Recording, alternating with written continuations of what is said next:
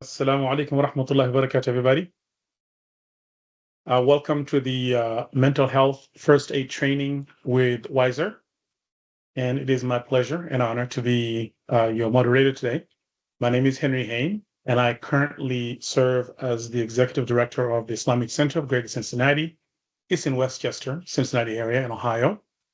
And we have a weekend school. And then next door, we also have a full-time school. The weekend school is on Sundays, and we have about close to 400 students. And we've, just like what you're dealing with, we have been encountering situations where, people have been asking as to how does mental health relate to what I do as a Sunday school teacher, as a Sunday school administrator, or even maybe as a parent of a weekend school student. And given that I work in the environment, I would probably say I will let Brother Shafiq speak more about that. From my perspective, all I would like to say is, if you happen to be in a space where our youth interact with teachers, interact between themselves, with one another, or interact with anyone else, then this training does relate to you, because all of those factors do come into play when you are in those spaces. So it does relate to what you do. And alhamdulillah, we have an expert available to us tonight, inshallah, to walk us through that, to do a presentation, speak about this, the mental health training, as well as the aspects that go along with it, how it relates to what we do at the weekend school. Brother Shafiq Ahmed is an accomplished public health professional with an MS PH, with over a decade of experience in healthcare research, biosecurity, and emergency management. With that, he also has a robust background in pandemic preparedness, health security, providing strategic support to agencies at the U.S. Department of Health and Human Services. And can everybody hear me? Good. Yes. Okay, alhamdulillah. So part of his wealth of experience and skill set is advanced data analysis, strategic project management, stakeholder engagement, successful leading of multi-year initiatives, and overseeing cross-functional teams to achieve high-impact outcomes. Brother Shafiq also has skills at fostering collaboration across diverse sectors, including nonprofit organizations, international organizations, community groups, schools included, to drive public health initiatives. Currently, as he serves as a public health management consultant, specializing in drug shortage mitigation and policy analysis during public health emergencies, as well as enhancing organizational resilience through strategic planning and evidence-based recommendation.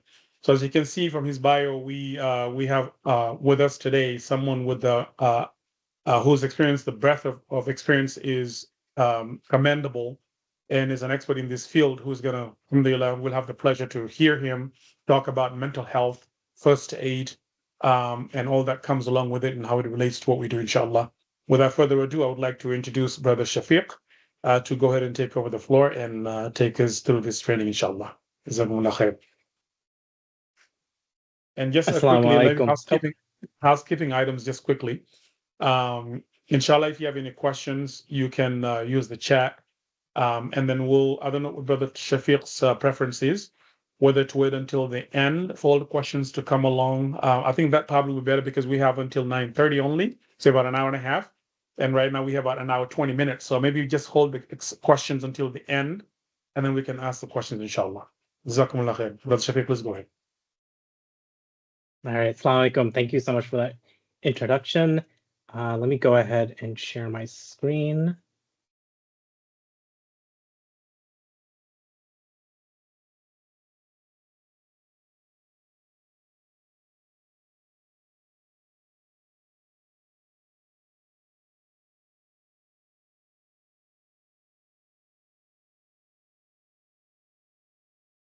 All right. Just wanted to check if you wouldn't mind letting me know if you could see the presentation. Yeah, we can see it. Okay, fantastic. So Assalamu alaikum. Thank you so much for having me. That was a wonderful introduction.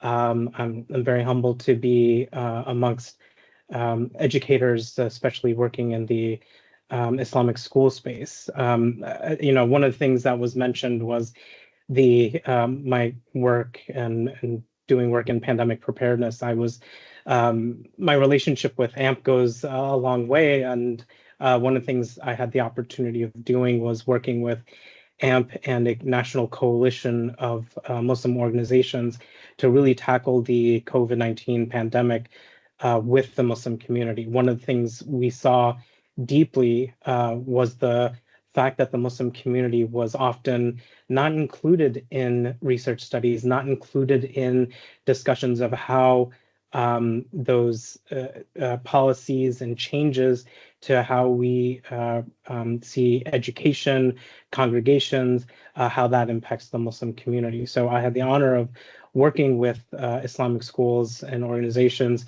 to help them understand and navigate those COVID policies.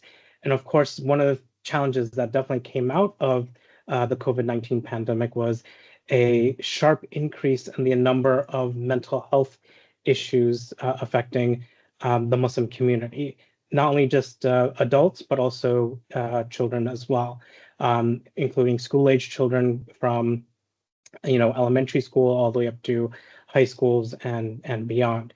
So really, my current position, I'm the mental health program manager with the American Muslim Health Professionals. And one of the things we're working on is the opportunity to expand our programming, expanding our efforts to really delve into the conversations to have in mental health with the Muslim community. And we'll get into it shortly, but we all are very much aware of the stigmas around mental health, both from within the Muslim community and within various cultural sub communities within the Muslim community in the United States. We've heard instances where people have been told, you can pray it away, read Quran, follow the Sunnah, and these are all ways in which your mental health will become better or whatnot.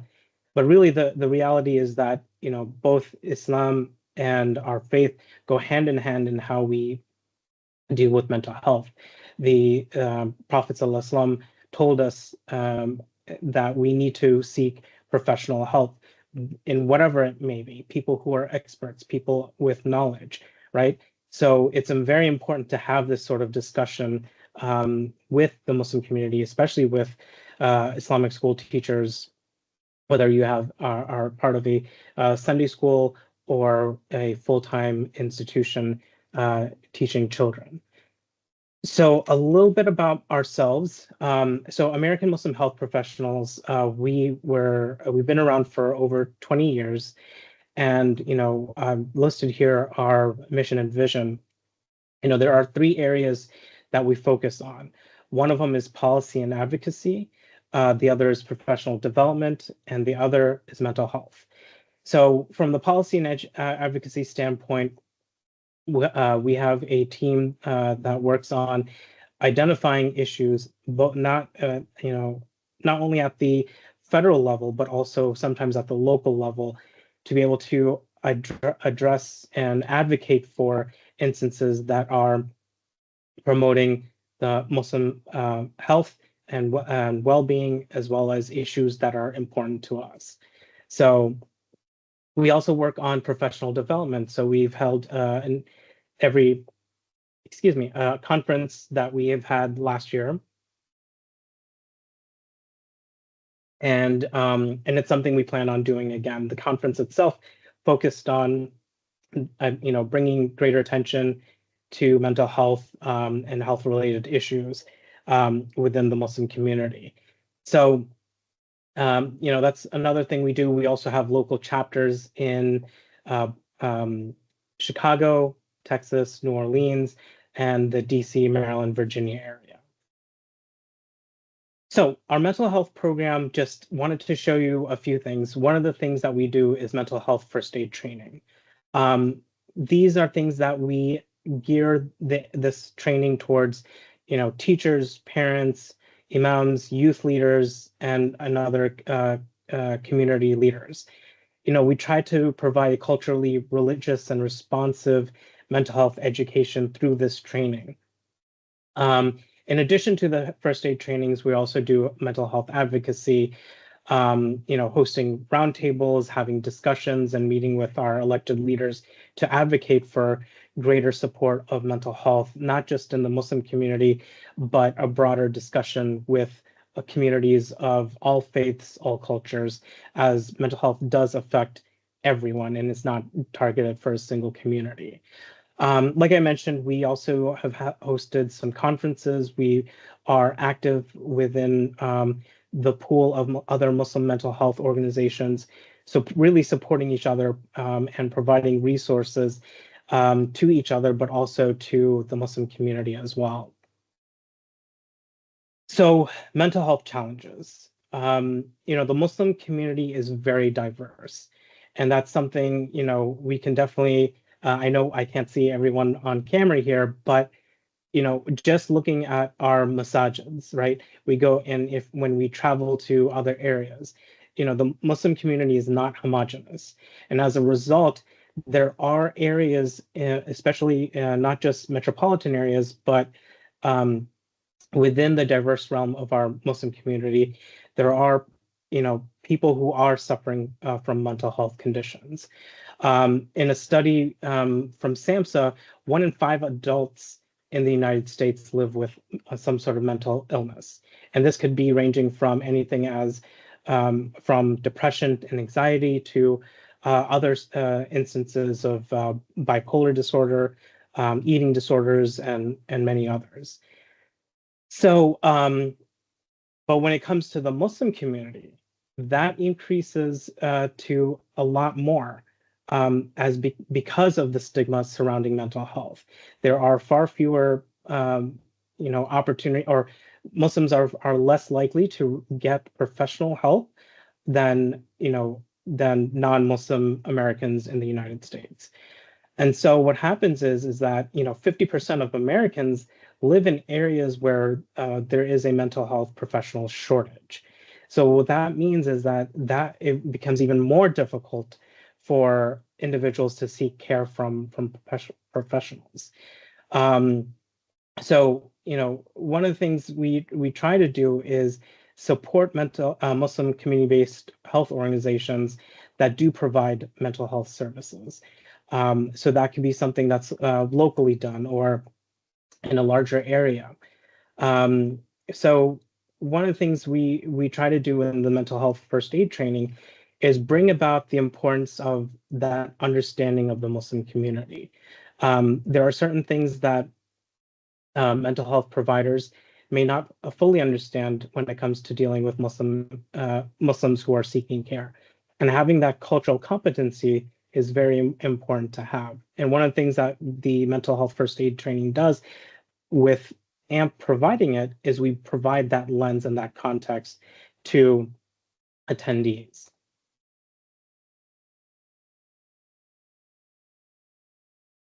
So what is mental health first aid? One of the things I always, when I do talk about this, I liken it to CPR. CPR is a very important skill to have. It enables an individual, anyone, to see if somebody is having shortness of breath or they're unable to speak, to identify signs and symptoms that would necessitate, that would indicate a medical emergency. And as a result, we act on that. We will call 911, we'll do chest compressions, etc. With mental health first aid training, it is similar in that same idea, except it gives us additional information in which how we can readily see someone who is struggling with a mental health condition. So with those signs, they aren't always apparent, and they're not, we don't see shortness of breath. It could be a person having a panic attack, but it's not the same as seeing someone who is suffering from depression. What are those signs and symptoms? And with younger individuals, it's sometimes a little bit even more difficult to identify. So really what we try to do with the mental health first aid training is empower educators like yourselves and train individuals to be able to identify what these sometimes signs and I don't want to use this term symptoms because it's not really, symptoms, but like indicators that would show that a person is having a difficult time. So the MHFA program in itself is designed, and actually it's going to be in the next one, so I'll come to it in a second. So the MHFA program itself is evidence-based. It's based on research, and it was designed by a national organization called the National Coalition for Mental Well-Being. So they use this, from research studies, they found this educational training program that allows individuals to identify and, step in as early intervention about, mental health, substance abuse, and many other topics. So that's where AMHP has come in. In 2018, we started our mental health first aid training program. And alhamdulillah, ever since then, we've had a very successful effort. We've had, we started off in Chicago, in Illinois, and we've expanded that to, I'll show you in a second, to over 30 states across the US. And, we're continuing to work to expand that. So the question is, who should get certified? And, we would say everyone.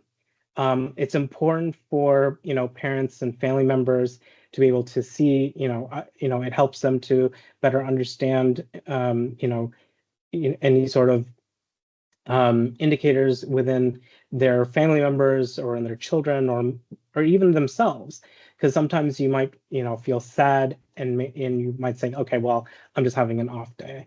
And what you won't realize is that really you may be suffering from, anxiety or depression, things that you might think was, fairly normal, but in reality, it could be something a little bit more serious, and this sort of training will help you to go get, support and help. We also believe that, religious leaders need to be able to, should go through this training. It's going to help them understand the struggles and challenges that their community is going through. Imams need to be able to identify that, if a person is suffering from depression, like I mentioned, it's not you pray it away or read the Quran and it'll go away, but really there has to be some sort of effective way in which they can provide the spiritual support, but also recognize that, they themselves will have limitations and that it's important for them to have the individual get help. So the training will also provide support on how to do that. The training is important for medical providers, law enforcement, teachers, community leaders. Here's a great quote from the former U.S. Surgeon General, Dr. Vivek Murthy. So there is a lot of emphasis on well-being, and being able to achieve that level of well-being, you have to be able to ensure that you're okay, and then be able to understand that and recognize that if somebody needs help, you're able to support them and give them the help that they need.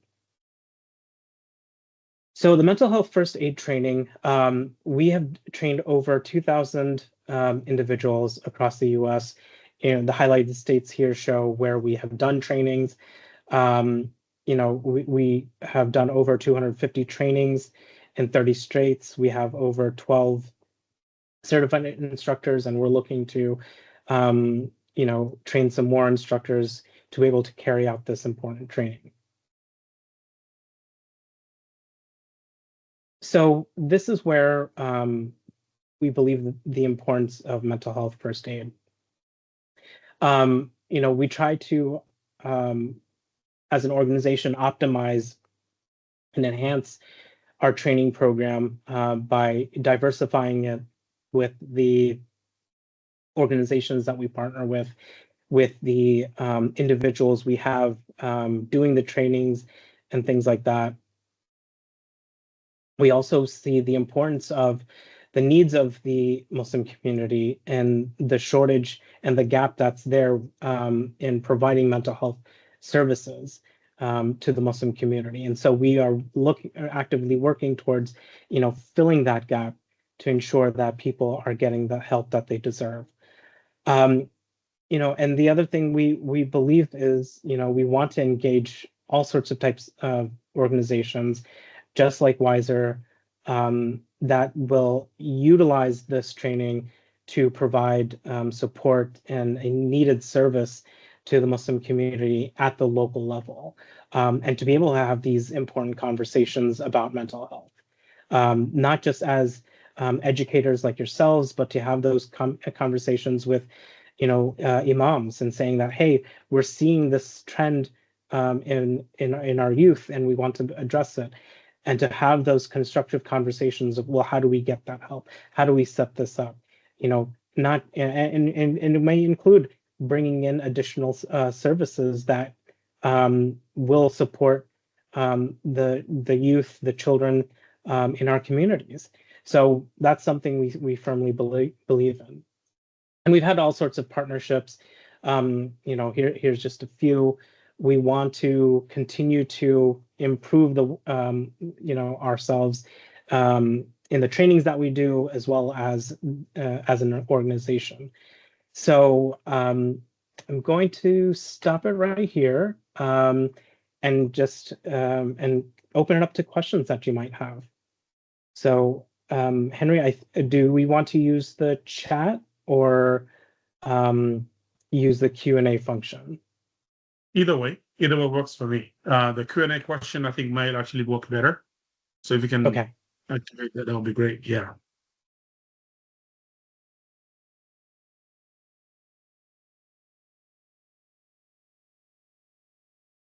So please, if you have any questions, please feel free to add it into the Q&A section.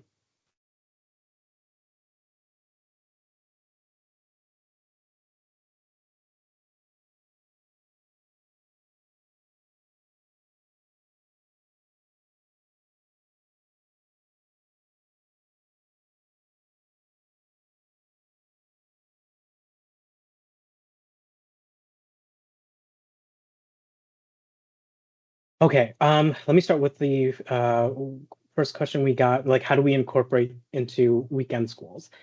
One of the things we can do with, and I think I can get into the other question is the training any different when any different when for Muslim schools and communities? So because we are a Muslim organization doing the training, we are using the content from a national organization. And so because of that, what we do is when our instructors come in to teach it, they are teaching it to you through a Muslim lens. So when we do talk about, signs and symptoms and things like that, we may not delve into the Islamic side of it, right? We know there are hadith of the Prophet ﷺ that talk about, how to deal with anxiety or troubles or grief, right? So those are, things that we want to be able to, from these trainings, train our imams or educators or whoever it might be to understand those signs and symptoms. And in doing so, they can take that lens and in a sense be a cultural, what's termed as a cultural broker. So they're taking that information and translating it into the context of the Muslim community.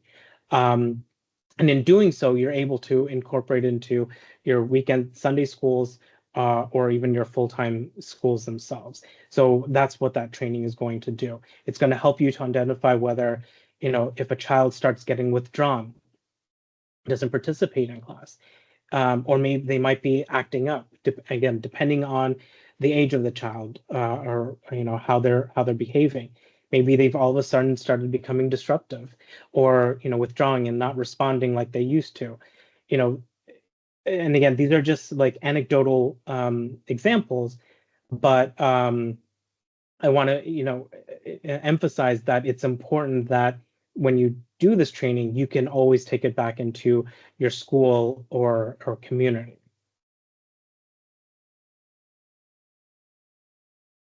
Zim, that's a very good question. Yes, a lot of people think that, mental illness is a weak faith, lack of prayer, and that's, something that's not something we shouldn't, put too much weight on. It's, in my opinion, it's not correct because, you can still, people can have like strong faith. If you look at the Prophet ﷺ, even during his year of sadness, even though it's termed as the year of sadness, it's really depression. The Prophet ﷺ was affected by depression. He also had anxieties. And of course, but where did he get comfort from? And again, we can say that, oh, well, during the time of the Prophet ﷺ, there weren't counselors, there weren't therapists and things like that. But he still sought help, sought comfort from people that he trusted. His wife, those are just examples. But here now what we have is that sort of stigma really affects, outcomes in our community. And it's really difficult for me to say that, a lot of Muslims, there's just so much, there's a lot of instances where suicide is involved, is because that's not, these sort of conversations are not happening. And I mentioned in the presentation that what we try to do is encourage the idea that both have to be dealt with, side by side. That it cannot be just the idea of, go read the Quran, it's going to take care of it. But really, we have to take time to get help, right? If I cut myself, and I'm bleeding profusely, do I go to the imam and say, please make dua that this bleeding goes away? Or do I, our instinct is we're going to go see a doctor. We have to see a doctor. I get into a bad car accident. I have broken arms and ribs. I'm not going to tell the ambulance, like, take me to the masajid. The imam's going to make dua and I'm going to read Quran and I'll be okay. It doesn't work that way, right? So, yeah, I hope that answers your questions, but that's a very important one. Be effectively, yeah. So the way we can address those stigmas is talking about it. And mental health first aid training does take those first steps into having those conversations. How long would the training be for weekend school? So, if you reach out to us, we will definitely work with you to provide the training. Typically, it's a whole day sort of training, about 8 hours. We have a option to do it virtually. And if we do it virtually, it'll be 6 hours, but we'll also include 2 hours of reading material that needs to be completed before the training itself.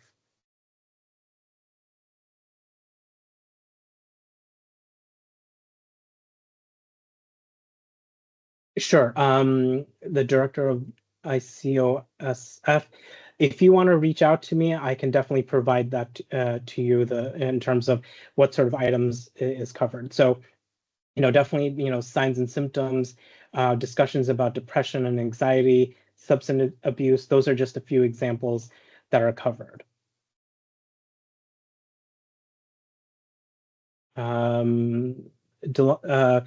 Okay, so the question is, how is the digital world, especially social media, affecting the mental health of young Muslims, and what unique pressures do they face that others may not? That is a very good question. I actually want to make the preface that I myself am not a therapist or psychiatrist, so a lot of this is based on research that I've read on, and I would definitely encourage you to speak to a counselor that can better speak on this topic. But what I can say is that social media is something where it's a constant barrage of information, right? So in the social media creates this idea of what idealistic views are in terms of body issues, right? We know that body issues can affect women and cause eating disorders, and we've known that for a long time, but a lot of it has accelerated with social media. But what we also don't pay attention to is the fact that it can also, eating disorders do affect young men. And we see them going to the gym. They're not eating as much as they should. That will nourish their bodies. And they're obsessed with getting bulk, lifting weights, and they don't eat appropriately. That doesn't mean to say that the solution to that is forcing them to eat more. That will, cause other issues.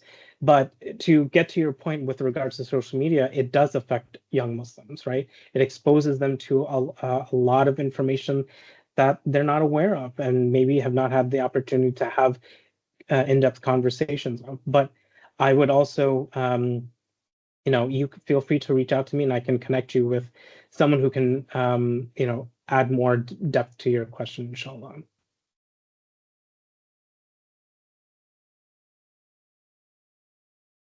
What will the trainee be able to do after the training is completed? Sure. So as I mentioned, one of the important things of, mental health first aid training is that it enables them, an individual, to be able to identify and make decisions in terms of how to address, in the context of an education system, how do we address, a child's behavior? If it could be that they are, if they are acting up, if they are withdrawn, it's not the same for everyone. So for a teacher to be able to go through this training, and even physicians go through this training, right? Physicians are trained to be able to identify signs and symptoms and treat them. But the mental health first aid training is also important for someone, let's say, for example, in the ER. I had a conversation with a small health clinic in Detroit, and they want to have this sort of training for their new residents and interns that are coming in to treat patients. And they need to be able to identify whether someone is having a mental health crisis, right? And that's especially in adults. They could be coming in, and it may not be readily identifiable when coming into a clinic or anything like that. So with the context of educators, it allows the teacher to be able to identify that, hey, something is wrong with this child from a mental standpoint. They're not participating, they are withdrawn, or they're acting out, they're angry, they're throwing things, right? Things that we could say like, oh, we'll send them to the principal's office. But it may help us, these trainings will help to see how we can address the situation at that moment. But if it requires additional help, then it'll also empower the educator to reach out to whether a principal or a guidance counselor at the school, or if it may be that we need to bring the parents into the discussion and say, hey, something is wrong. And it may require that the child see a professional, a mental health, either a psychologist or a psychiatrist or some sort of therapist to provide additional support.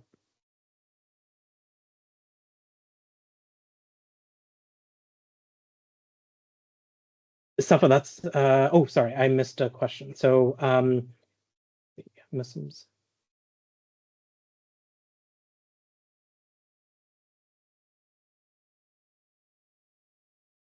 Yeah, so both Hussein and Safa, I would say with the mental health first aid training, it will enable, give you the tools that you need to be able to have these sort of conversations with, a child, or with young Muslims who are, who might be navigating identities and struggling.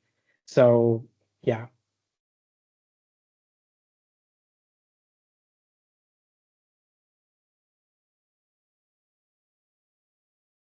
And Hussein, just to kind of add a little bit more, that's where it is difficult. It's not going to be easy, but the MHFA training will help to support those and navigating those conversations and the pressure that they might be feeling and how to kind of initially have those conversations. If it's something that a child is not reciprocating or communicating back, it might be that you may need to get additional support.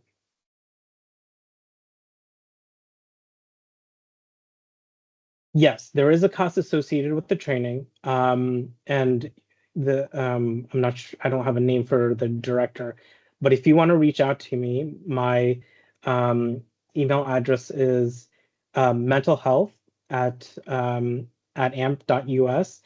We can set up a meeting and we can talk about those logistics costs and things like that. Let me see if let me put my email address in the chat room real quick.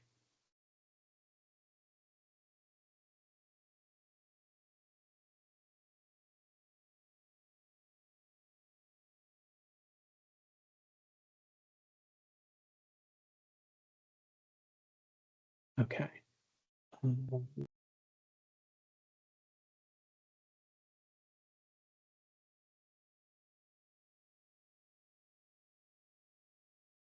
Yes. Zim, thank you for your comment. Um, so these are sensitive and complex issues. And, it's important that when that, well, that's what the training is going to help us do. It's going to help us to navigate whether it's, having a conversation with a child or even with an adult, a young adult for that matter. So, we can't even, it's not the answer is not either you go see an imam or you go to a therapist, right? There is that stigma involved in our Muslim community, right? Um, when growing up, whenever we were hear someone having mental health issues, we would say, oh, they're pagal, or and it becomes this whole negative connotation to it. What we need to do is have that conversation and say that it's okay that a child is feeling sad or they're feeling anxious, but at the same time, having a professional help them navigate those feelings is something that a professional can do and a parent or an educator may not be able to do. But with the MHFA training, what that does is allows you to see that this child is struggling. I'm not sure exactly what it is, but maybe I can try to have, initial conversation. It doesn't, what the MHFA training does not make you, it does not make you a certified therapist or counselor or professional. It helps you, like I said, the same thing with CPR.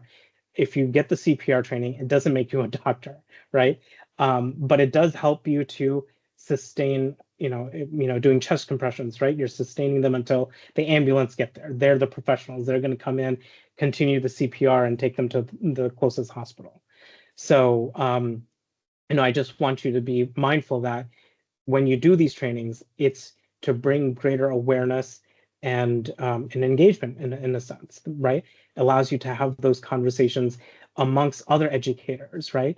It could be, the teacher that has, one period with a child saying, hey, I've noticed this behavior in this child and shares that with another educator and they might pay attention to it and may say like, you know what, you are right, I did notice this behavior um, from this student. Maybe we need to go talk to a guidance counselor or talk to set up maybe meet with the parents and see if there's everything's okay at home, right?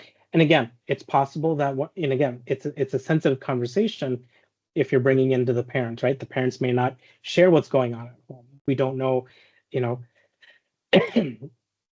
there's a lot of the factors that go into it, right? We haven't even there issue, there's stigma behind domestic violence in the Muslim community. People aren't openly talking about that, and those can, you know, trigger changes in mental health behavior in a child and things like that. Again, it does not mean that every child that is having behavioral issues or whatever is experiencing some sort of domestic violence at home or any sort of abuse or anything like that. It's very complex, but it helps you to identify and understand what could be, what sort of things could be behind that. These are very, very good questions. So, thank you for sharing them.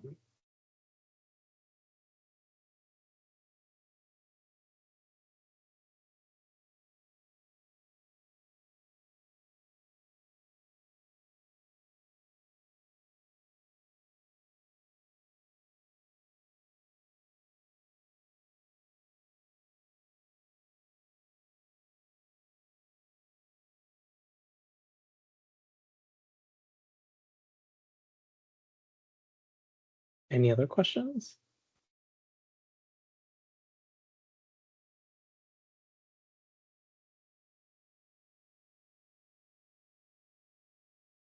Maybe a question for the group. How many of you have actually heard, and you can feel free to respond in the chat, but how many of you have actually heard of the mental health first aid training before we had our webinar today?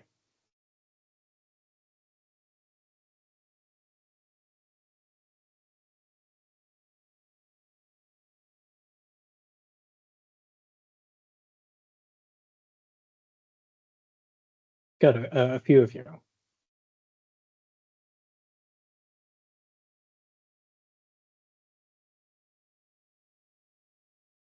Oh, well, that's good. And I guess uh,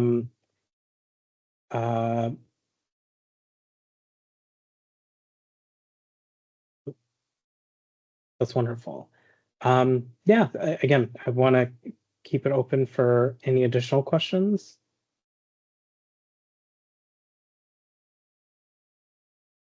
Fantastic, Samar. You know,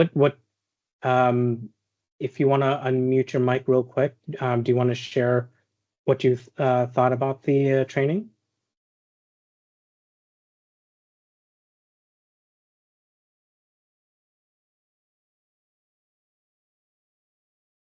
Oh, are they able to unmute themselves? No, no. Oh, okay. Sorry about that. Well, Samar, you know, thank you. And if you want to share in the chat what you thought about it, that would be appreciated.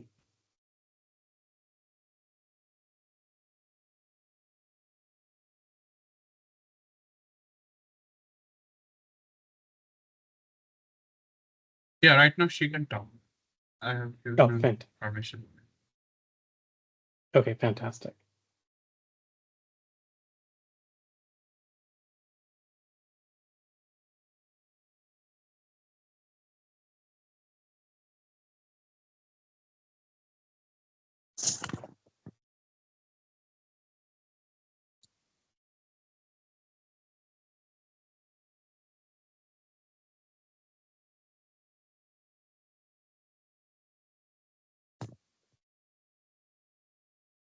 Oop, did we lose Samar?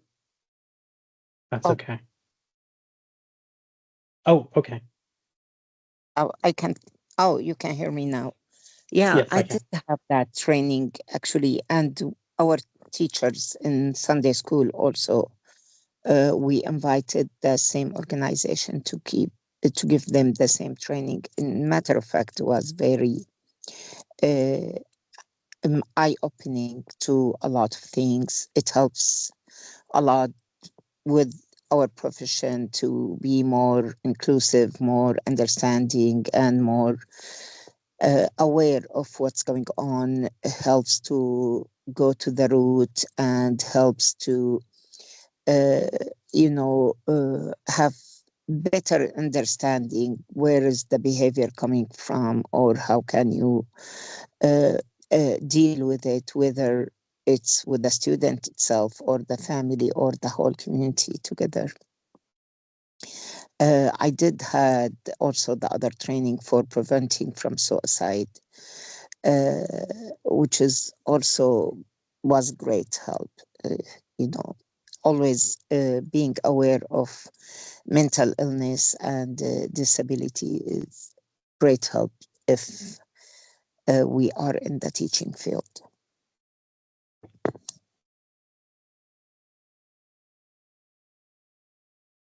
Jazakumullah khair, Samar, for that. The question I just got is, have you provided this training in schools, organizations in South Florida? I know we've done it in Florida, but I'm not sure if it was South Florida or not.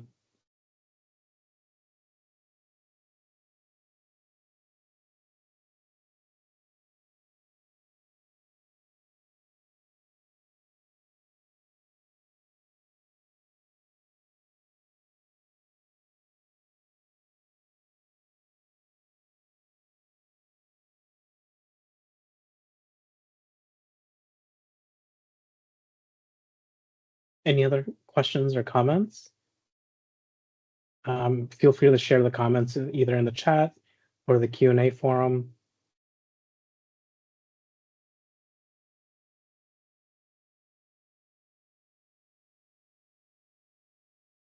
If anyone wants to talk, just raise your hand. I will give permission to talk.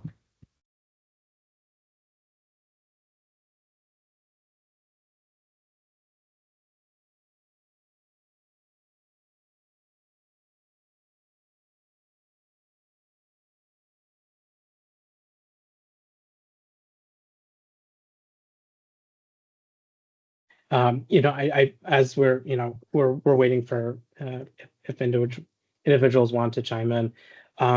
Let me also kind of talk about like some of the programs that AMHP is with our mental health program that we're working on expanding into. So right now we have some a project that we're working on mental health support for refugees. That's one of the things that is very important, and we're looking to continue that work, and that will actually involve creating a module for educating medical students to better deal with immigrants and refugees that are coming to the U.S. Yes, the director has a question.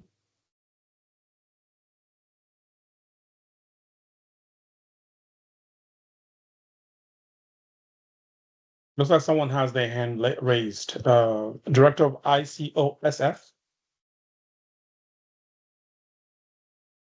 See, brother. Okay, you should be. Let's see here.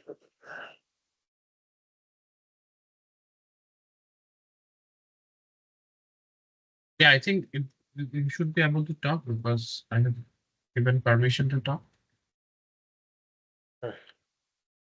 Yeah, I think he's unmuted, I think. Well, no. Yeah.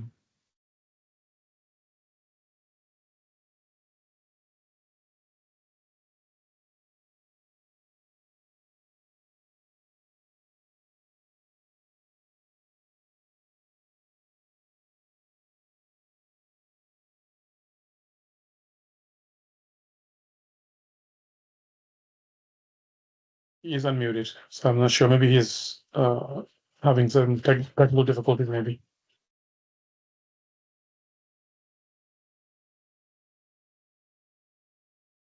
You can always write your questions in the chat if you have any difficulties using it.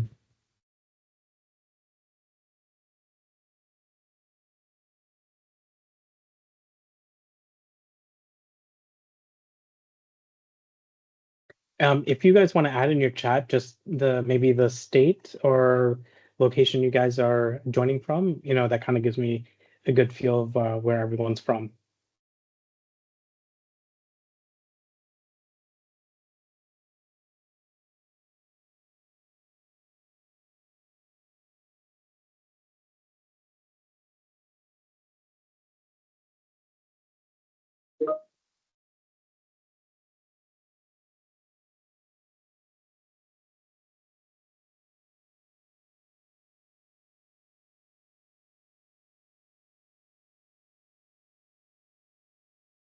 Fantastic.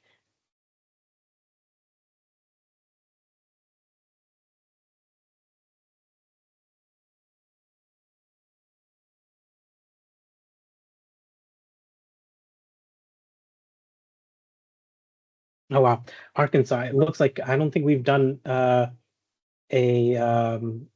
training in Arkansas. We would love to do one there. Iowa, fantastic. California, yes. Georgia. Welcome everyone.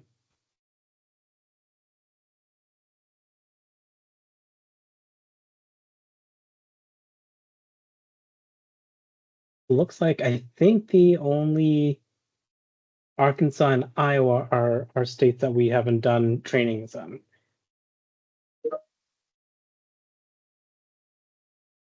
Welcome. This just goes to show, like, across the board. And I know everyone's, cultural and ethnic backgrounds are diverse. So, and that's what alhamdulillah makes, the Muslim community so beautiful and wonderful. But, at the same time, we were talking about just the challenges towards getting mental health help.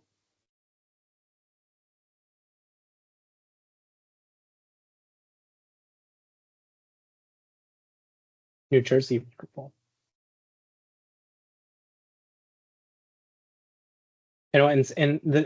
Also in the presentation we mentioned, like, for, some of these larger areas, looking at California and New Jersey, there is a lot of programs and things that are there that really bring attention to the Muslim mental health. But when we're talking about rural areas, where the Muslim population isn't as robust, those areas, access to help it tends to be a little bit more challenging. So in doing these sort of trainings, it gives you an additional tool to be supportive of your community and engaging in those very difficult conversations. Yep, I think we have another question.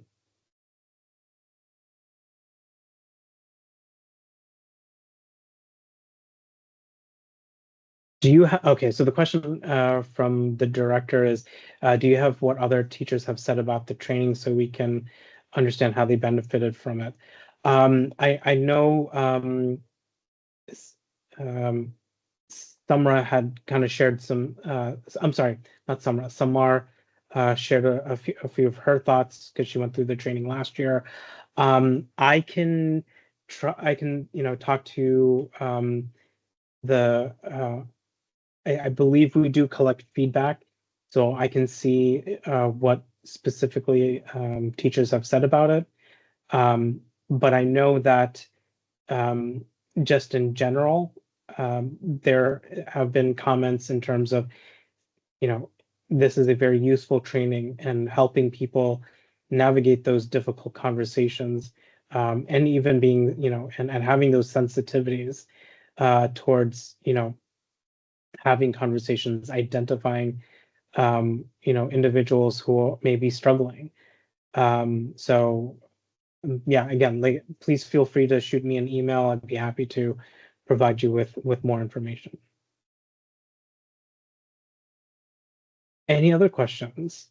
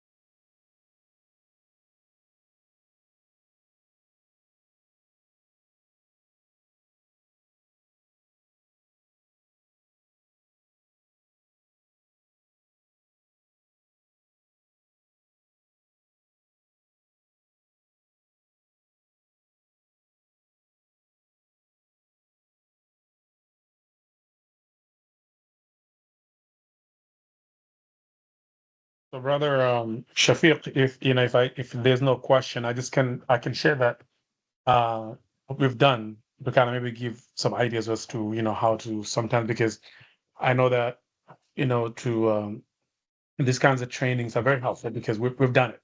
But what we've done it is we did it. We made sure that we had all of our team leaders as well as administrators all join in, but also we selected folks, leaders from the other masajids and other schools to also join us and come and be part of the training that we held at our center. And I think that's one way of doing it also is collaborating with other schools in your area and then do this training. It's very helpful because it's a lot of, we learned about a lot of misconceptions that we had, like as people, that we hear about, about mental health, about kids' behaviors, what certain behaviors, what they entail, and all of that is very helpful, because some of these things are, realities. Some of them are assumptions. Some of them are based on cultural, biases and stuff like that, or at least cultural leanings. So I think it's good to go through this training to kind of at least have an idea about what it is, what are the signs, and what is your responsibility as a teacher, as an administrator, as a leader. What is your responsibility when it comes to these kinds of situations, right? You're not a trained professional. I'm not a trained professional, so I cannot really do intervention. But it does outline steps that you can take to address issues that arise while you are doing your duties. Yeah, exactly. And thank you for that. Yeah, because this is the MHFA training is a nice guide in a sense, like it provides us guidance, right? Like I said, I've worked in public health for over 15 years, but I'm not a therapist. And for me to get this sort of training, it helps me to navigate, what do I do, right? If I see this happening. Or if I know, if I have a friend or an individual that I know is going through a difficult time, I mean, I say a difficult time, they might be suffering from like severe depression or anxiety or anything else. It helps me to understand and approach it in a, sensitive way, right? Again, we can't go at it and say like, oh, you should do this, you should do this, you should do this. But really, how do you have that conversation? And it provides you with those tools to have, at your disposal. Yeah, so Henry, thank you so much for that.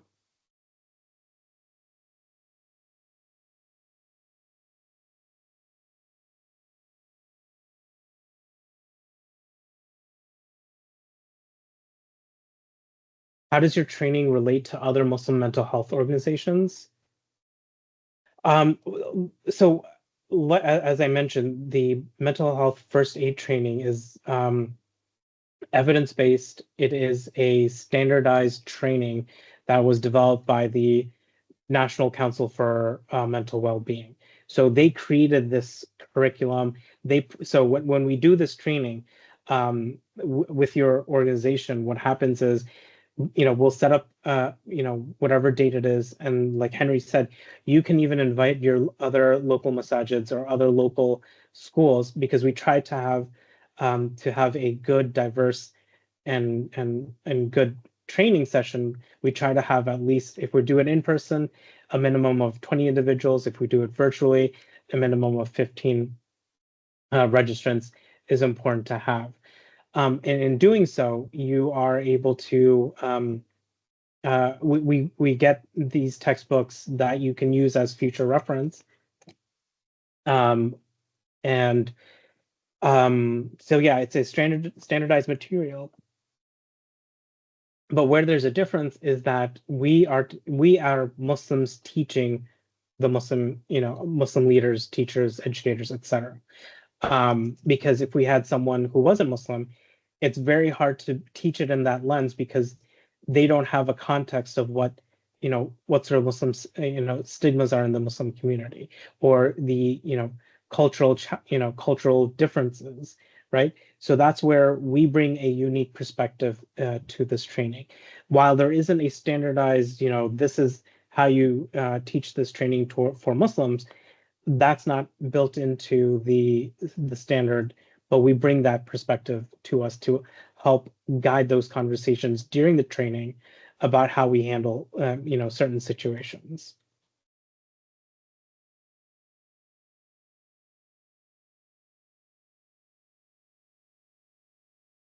I hope that answered your question.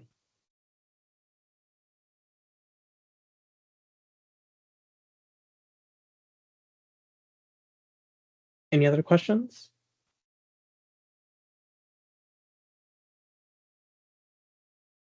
And the reality is, we all know someone who is affected by mental health, and that's why it's very important that we do things that are promote mental well-being, right?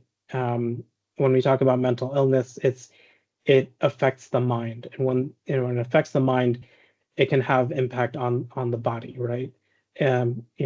We see in some people that they lose their appetite, they're not caring about themselves and things like that.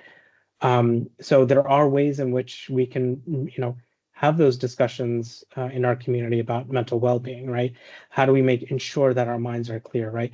Right now, somebody had asked a question about social media. Right now, our youth are watching a genocide that's going on live on their phones on a minute by minute basis, second by second basis. They're seeing unfiltered images that can potentially affect their well-being, right? We need to be able to have those conversations, be able to identify, how this is affecting our youth. And in doing so, we have to be sensitive to addressing it in a sensitive manner. We can't just snatch away their phone and be like, you can't, you're grounded from this, right? It's going to create more issues, more deeper issues. But and at the same time, is if we are to have those conversations with children and young adolescents who are seeing this and are asking us questions, how do we navigate those questions? It is very difficult, and we want to bring it from, an Islamic perspective. And that's where we want to have trainings with our imams, right? They will, when they have this conversation, when they give khutbahs or halakas about what's going on in Palestine or in Sudan and in China and other places where there's, severe oppression, all of this news and information affects the psyche of our youth, right? So we want to be able to have those, have conversations and talk about what affects our mental well-being, right? It is depressing to see these images. It is depressing and causing, and right now with the state of politics in this country, there's a lot of anxiety, right? We have Muslim community members who are immigrants. They might be in the process of getting their green card. So, and with all these sort of illegal activities that are being perpetrated by our government, a government that's supposed to be, serving the people, now is doing the opposite. It's scary for children. It's scary for adults. And so how do we have that conversations? And so this is where that mental health first aid training will, provides us with an empowering tool to understand, how can we have constructive conversations and identify and assist people in getting the help that they need.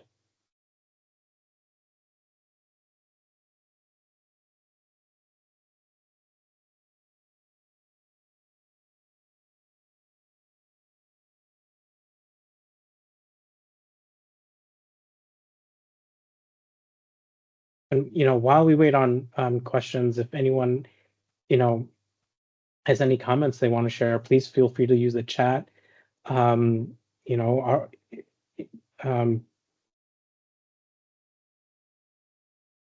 because it helps, with talking about the important things.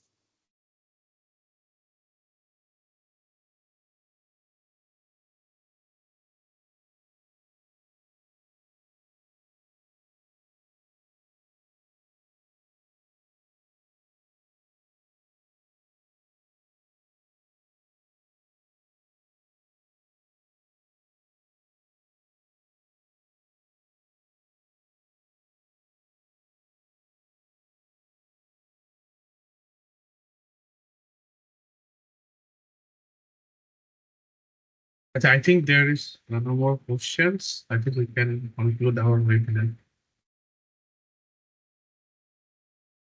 Okay, fantastic.